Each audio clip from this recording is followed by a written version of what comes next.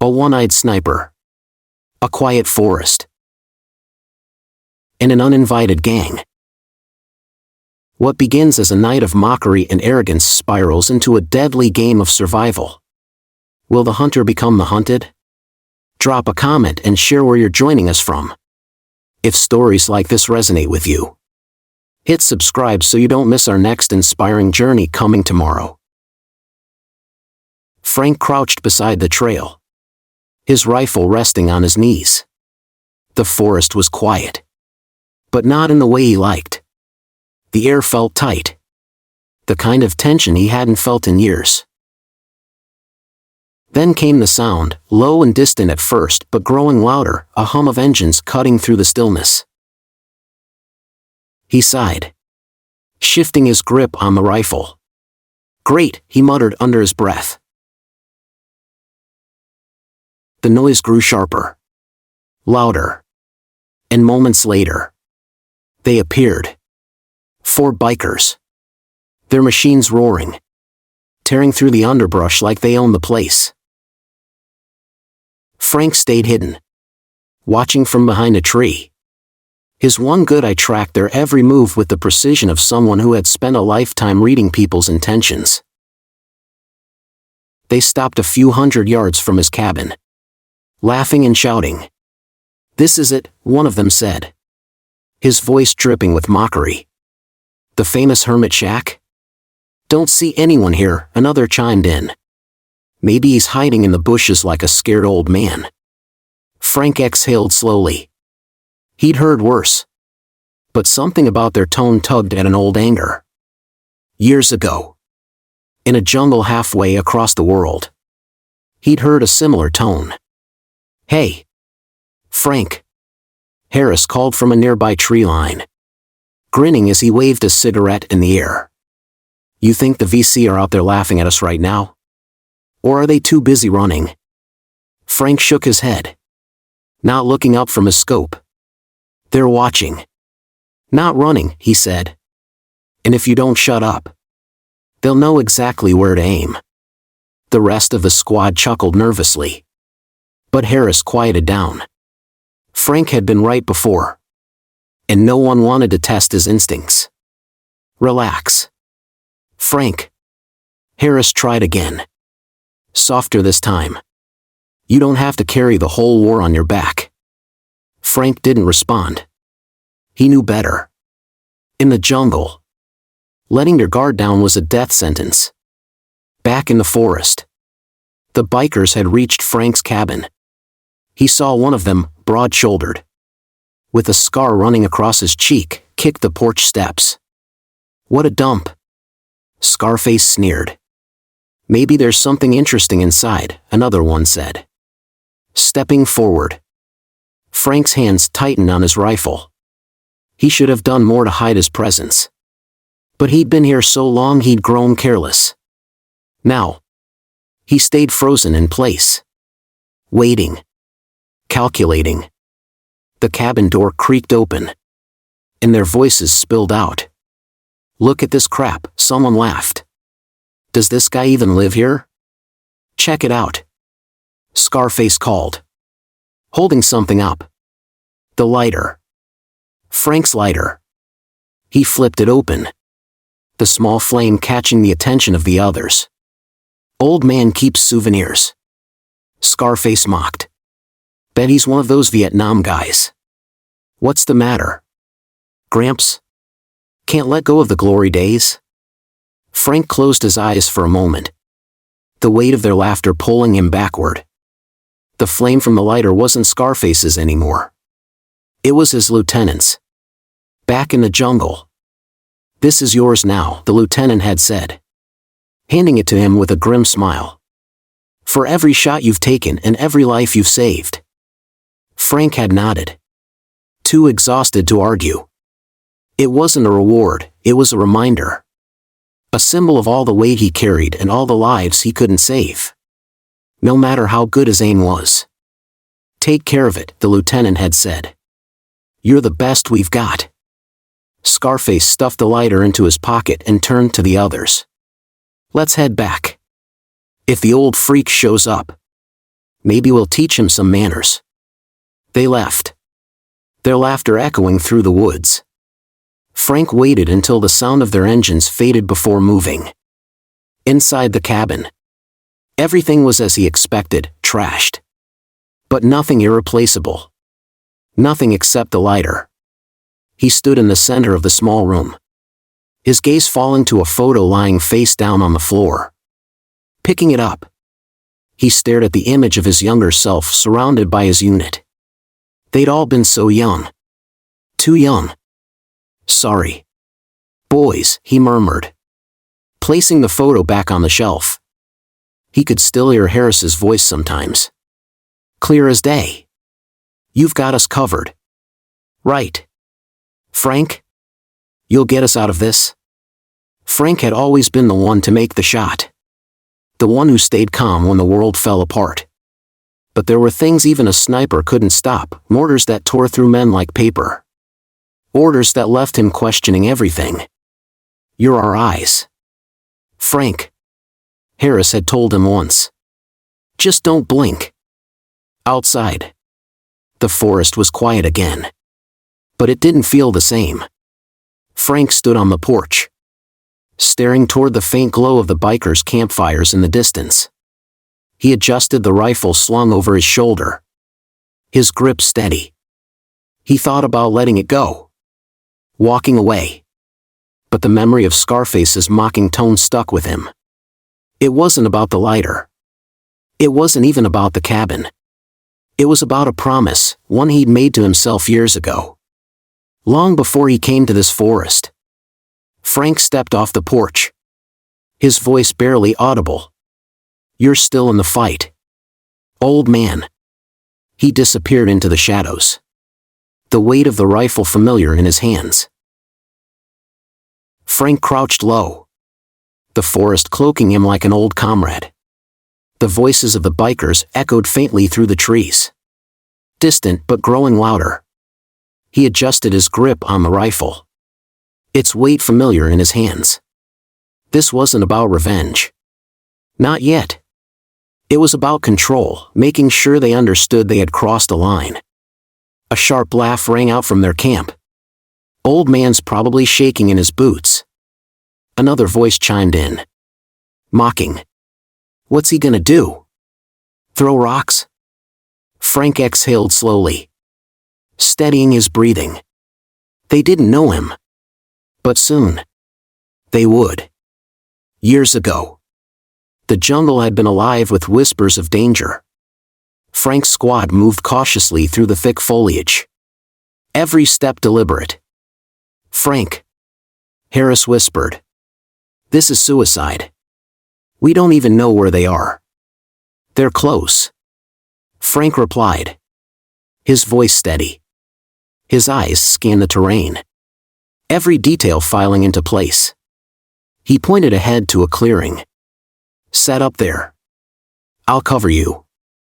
Harris hesitated but nodded. Frank crawled forward, finding a vantage point where he could see the entire area. Through his scope, he spotted the enemy, 3 men, rifles aimed at the clearing. They were waiting for the squad to walk into their trap.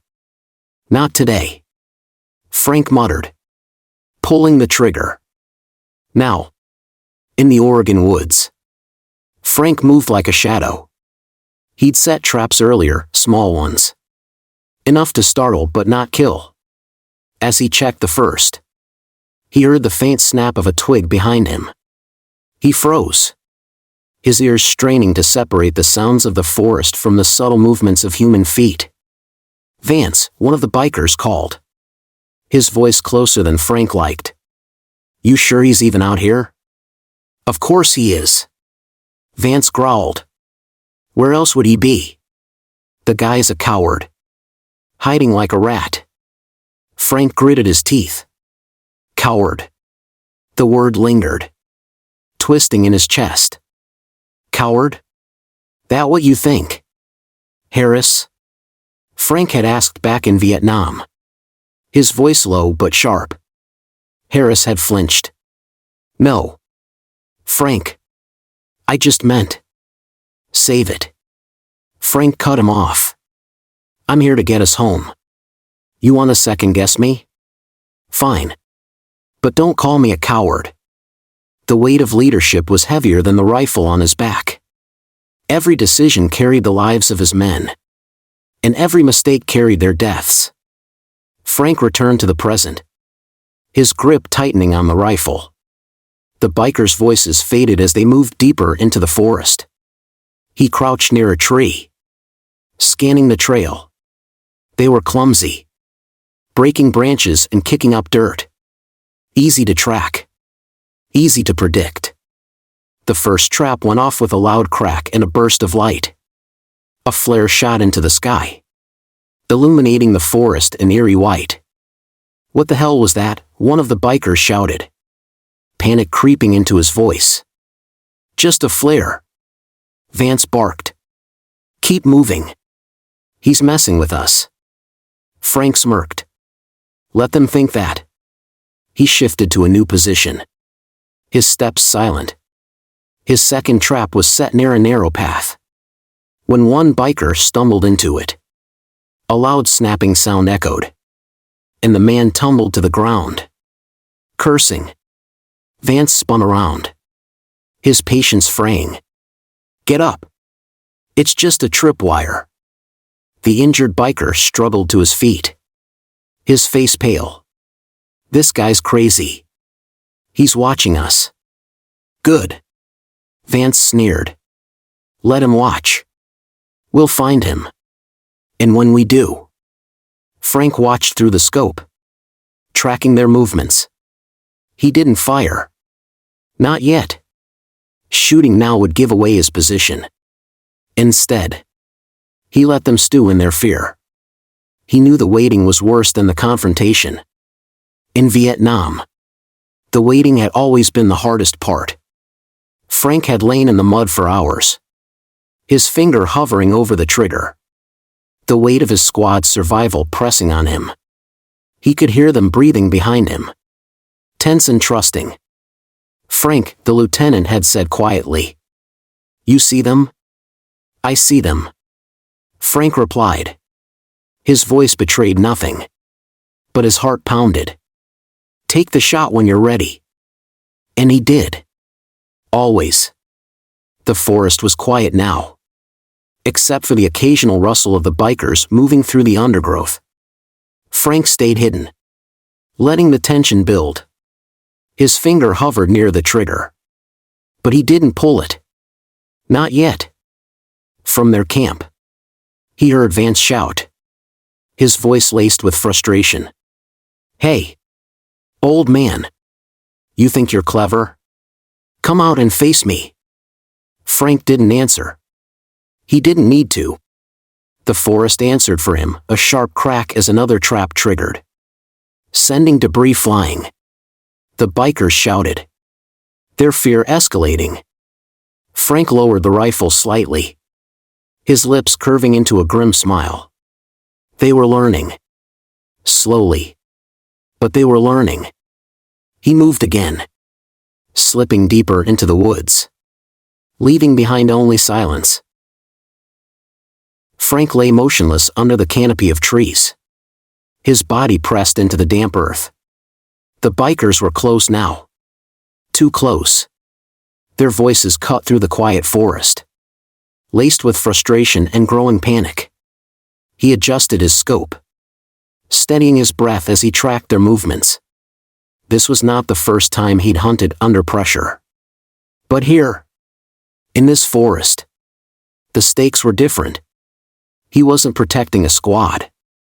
This was about survival. And maybe something more, a chance to reclaim what little dignity he had left. "Spread out," Vance barked, his voice carrying through the trees. "He's gotta be here somewhere. No way some old man's playing us like this." One of the younger bikers hesitated. "Maybe we should just go. It's not worth it." Frank shifted his aim slightly, his focus narrowing on the boy. He looked barely out of his teens. His posture slouched, his gun dangling limply at his side. The kid reminded Frank of someone, a soldier from years ago, full of doubt but forced into a fight he didn't want. That soldier had been named Dawson. Barely 18. With hands that shook every time he held his rifle. Frank remembered the night Dawson froze during an ambush. His wide eyes darting toward Frank as the enemy closed in. "Dawson! Move!" Frank had shouted, his voice cutting through the chaos. Dawson didn't move. The kid was paralyzed with fear. Frank had taken the shot himself, dropping the enemy soldier before he could fire. After the skirmish, Dawson had approached him, his face pale. "Thanks," Dawson had muttered, his voice trembling. "Don't thank me," Frank had replied, his tone cold. "Just don't freeze again. Next time. It might cost someone else." The memory faded as Frank refocused on the present. He tracked the younger biker through his scope, noting the tension in his shoulders, the way he glanced nervously at the shadows around him. Frank's finger hovered over the trigger, but he didn't fire. The boy wasn't the threat. Not yet. Instead, he shifted his aim to the camp where Vance and the others were regrouping. A stash of supplies sat haphazardly near their motorcycles, cans of fuel, crates of what Frank assumed were drugs, and spare parts. He smirked. They'd left it unguarded. With deliberate precision, Frank took a shot. The bullet struck one of the fuel cans, igniting a small explosion that sent flames licking up the side of the crates. "What the hell?" one of the bikers shouted, spinning toward the fire. "Get it out!" Vance roared. But it was too late. The flames spread quickly, consuming the supplies. The bikers scrambled, shouting over one another as they tried to extinguish the fire. Frank used the chaos to reposition, slipping silently through the trees. He wasn't done yet. The smell of smoke brought back another memory. A burning village. The screams of civilians. And the heavy weight of guilt pressing on Frank's chest. "Orders are orders," his lieutenant had said, his tone devoid of emotion. Frank had nodded. But the words didn't comfort him. He'd carried out the mission, his rifle picking off targets one by one. But the image of the flames stayed with him long after the gunfire stopped. The forest was alive with noise now, shouts, the crackle of fire, the rumble of engines as the bikers tried to salvage what was left. Frank watched from a new vantage point, his breathing calm, his fingers steady on the trigger. Then he saw him. Vance stood in the center of the chaos, barking orders and shoving the younger biker, the kid from earlier. The boy stumbled, his face contorted with fear and anger. "You want out of this?" Vance sneered, his voice dripping with venom. "Then prove you're worth keeping around." He shoved a rifle into the boy's hands and pointed toward the forest. "Find him." The boy hesitated, his grip on the gun shaky. I didn't sign up for this." Vance grabbed him by the collar, dragging him close. "You signed up the second you took my money. Now move." Frank felt a familiar anger rise in his chest. He'd seen this before, young men forced into battles they didn't understand, used as pawns by men like Vance. It reminded him of Dawson again. How the war had chewed him up and spat him out. Frank had tried to keep the kid safe. But in the end, it hadn't mattered. Dawson had been killed during their final mission, his body left behind as the squad retreated. "You did what you could," the lieutenant had said afterward. But Frank hadn't believed it. The boy stepped into the clearing, his hands trembling as he raised the rifle. He didn't see Frank, hidden in the shadows, watching him with a mixture of pity and frustration. Frank lowered his own rifle. He couldn't take the shot. Not at him. Instead, he turned his attention back to the camp. A single, precise shot shattered the fuel tank on one of the remaining motorcycles, sending the bikers into a frenzy. The boy dropped his rifle and ran, disappearing into the trees. Frank didn't stop him. He wasn't the target. Vance's voice roared through the forest. "You think you're clever, old man? Come out and face me." Frank didn't respond. He simply melted back into the shadows, leaving Vance and his gang with nothing but their fear and the crackle of the flames. Frank adjusted his position, lying flat against the ground as the forest seemed to close in around him. The bikers were frantic now, their movements erratic. They had lost their supplies, 2 motorcycles, and most of their confidence. But Vance wasn't giving up. His voice rang out through the trees, sharp and venomous. "Enough of this," he bellowed. "Come out and face me, old man. Stop hiding like a coward." Frank remained silent. The word coward didn't sting, it had lost its power years ago. Still, the anger in Vance's tone told Frank he was winning the psychological game. Desperation was a dangerous weapon, but it also made men reckless. In the past, recklessness had cost lives. Frank remembered lying in the mud in Vietnam, his scope trained on an advancing enemy squad. His squad had been pinned down for hours, running low on ammo. The jungle seemed to tighten around them, the air suffocatingly still. "Frank," the lieutenant's voice crackled through the radio. "We need an opening. You've got to take out the machine gun nest." Frank's finger hovered over the trigger. He could see the target, a well-hidden position deep in the jungle. But something felt off. The nest was too exposed, too perfect. "Not yet," Frank said, his voice calm but firm. "Not yet?" Harris snapped. "They're gonna kill us. Just wait." Frank insisted. His gut told him the enemy was baiting them, waiting for a sniper to reveal himself. Seconds later, the ground near the nest erupted as enemy mortars struck, confirming his suspicion. If he'd taken the shot, they'd all be dead. The forest in Oregon felt eerily similar now. Frank moved cautiously, keeping low as he flanked the bikers. He could hear them arguing, their nerves fraying. "We're not gonna find him," one of them muttered. "This is a waste of time." "Shut up," Vance snapped. "He's out there, and I'll make sure he pays for this." Frank's fingers brushed against the cold metal of his rifle. He didn't need to kill them all. He just needed to break them completely. His next move was calculated. A single shot rang out, hitting the base of a tree where 2 bikers had taken cover. The impact sent shards of bark flying, forcing them to scatter. "Damn it," one of them shouted. "He's playing with us."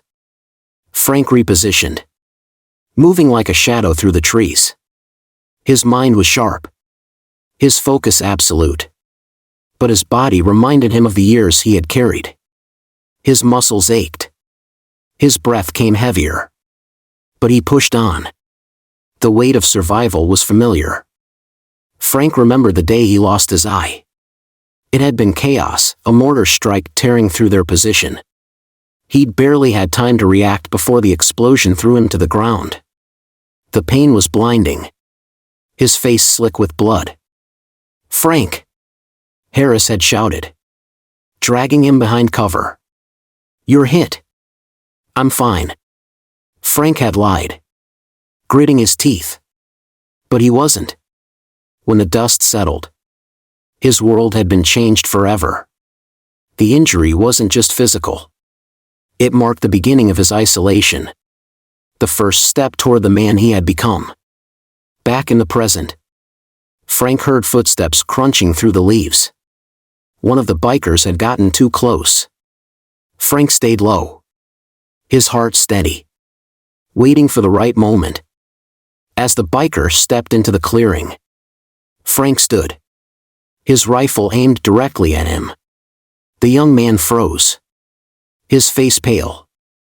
It was the same kid Frank had spared earlier. "Go," Frank said quietly. His voice was firm but not unkind. The boy didn't hesitate. He dropped his weapon and ran, disappearing into the shadows. Frank moved again, closing the distance to Vance's position. The gang leader was alone now, pacing near the remnants of their burned supplies. His rage was palpable, his movements jerky. "Show yourself," Vance roared, spinning in circles. "You think you're some kind of hero? You're just a washed-up coward hiding in the woods." Frank stepped out of the shadows, his rifle steady in his hands. Vance froze, his sneer faltering for a split second. "You wanted me," Frank said evenly. "Here I am." Vance raised his weapon, but Frank was faster. His shot rang out, hitting the barrel of Vance's rifle and sending it flying from his hands. "Enough," Frank said, his voice cold. "You've lost." Vance glared at him, his chest heaving. "What are you gonna do? Kill me?" Frank lowered his rifle slightly, his gaze unflinching. "You're not worth the bullet." The jungle had taught Frank that not every fight needed a kill. There had been times he'd pulled the trigger and regretted it. Times he hadn't, and still regretted. But he'd learned to choose his battles, to recognize when the fight was over. Vance stumbled backward, his confidence shattered. "This isn't over," he spat. Frank said nothing. He watched as Vance fled into the forest, leaving behind the ruins of his arrogance and his gang. The forest grew quiet again, the shadows deepening as the sun began to set. Frank stood still, his rifle resting at his side. For the first time in years, he felt a flicker of something he hadn't in a long time: control. The forest was silent once more. Frank sat on the porch of his cabin, the rifle resting against the wall beside him. His hands turned the battered Zippo lighter over and over, the engraved insignia catching the faint light of dawn. The fire in the distance had long since died out, taking with it the bikers' supplies and, with any luck, their determination to return. He heard footsteps approaching but didn't reach for the rifle. When the sheriff stepped into view, Frank gave a slight nod. The sheriff surveyed the cabin, then the woods beyond. "I assume you had nothing to do with the noise last night," he said, his tone neutral but his expression knowing. Frank didn't respond, just flicked the lighter open and shut. "Look," the sheriff continued, lowering his voice, "I don't need to know the details. Whatever you did out here, you saved me a lot of trouble. Those guys won't be back. Let's leave it at that." Frank glanced at him, finally speaking. "Fair enough." The sheriff hesitated, then said, "You should stop by the diner sometime. Coffee's decent. People might surprise you." He didn't wait for an answer, turning and heading back toward the trail. Later that morning, Frank found an envelope tucked under a rock on his porch. Inside was a note, scrawled in messy handwriting: "Thanks for not killing me. I'm done with them. I'll figure out something better." Frank's lips twitched into the barest hint of a smile. He folded the note, slipping it into his pocket. As the sun climbed higher, Frank looked toward the forest, then back at the cabin. For the first time in years, the thought of stepping back into the world didn't seem so impossible. As the forest grows quiet again, the question remains: can someone ever leave the battlefield behind? Share your thoughts and this story with others. Thanks for watching, and we'll see you in the next video.